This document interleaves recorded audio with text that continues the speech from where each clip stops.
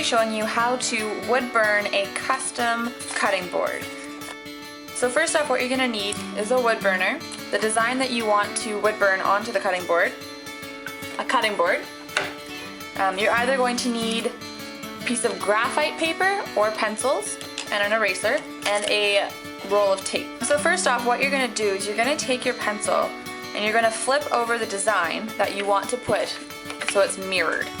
Then you're going to color in everything that you want to burn onto the wood onto the back side of the piece of paper. The point is to get as much of the design covered as possible. It doesn't have to be exact. It's more exact once we flip it over and are actually going to be tracing it onto our cutting board. So I've used a soft lead pencil as I find that transfers the best from the paper to the cutting board.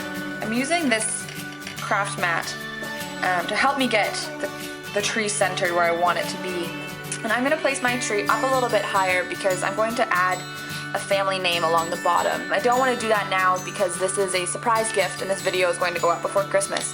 So you're going to take your tape and then you're going to tape the tree along that center line right where you want it.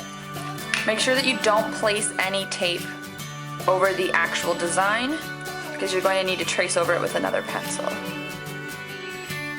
You're going to take a very finely sharpened pencil and outline the pattern again, this time pressing kind of hard so that the image gets transferred onto the cutting board and you can see it when you go to do your wood burning.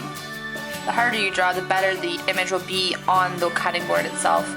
If you have graphite paper, instead of drawing on the back of your image, you can just tape a piece of graphite paper behind the image and skip straight to this step.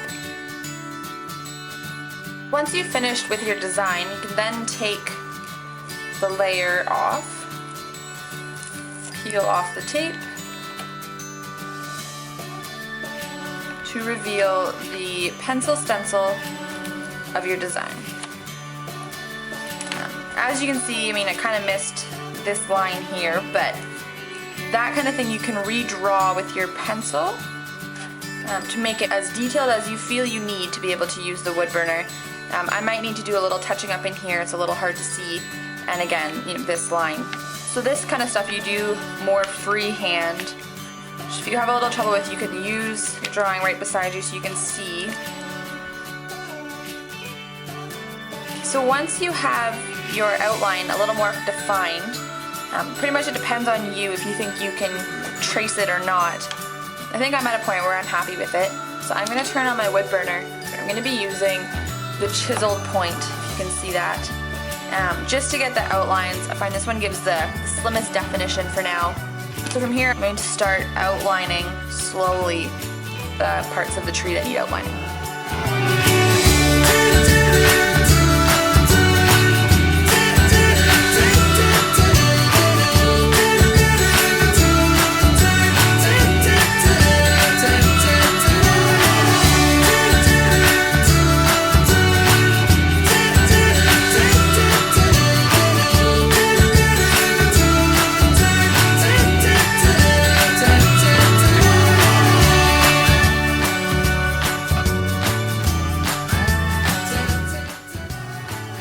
I'm really happy with how it's turning out so far.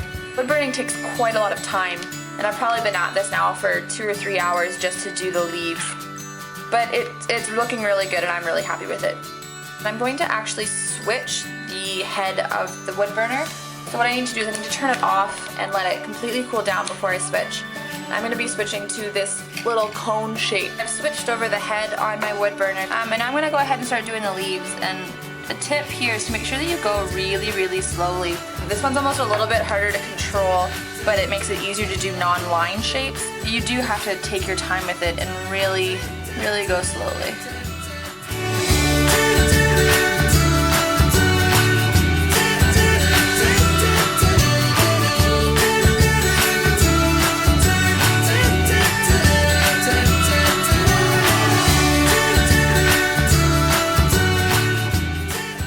So when you're done with all of the wood burning, you can then take an eraser and clear away any of the pencil marks that are still on the cutting board. And that's it, that's all there is to it. The only other thing you would add would be a name underneath the tree, which I'm going to do after, like I said before. And you would actually trace that and, you know, wood burn it at the same time as when you put the original tree on the cutting board in the first place. So that's it. I hope you enjoyed this tutorial. If you have any questions, please leave them in the comments below and I will get back to them, hopefully as soon as I can. So thanks for watching. Give it a thumbs up and subscribe. Thanks. Bye.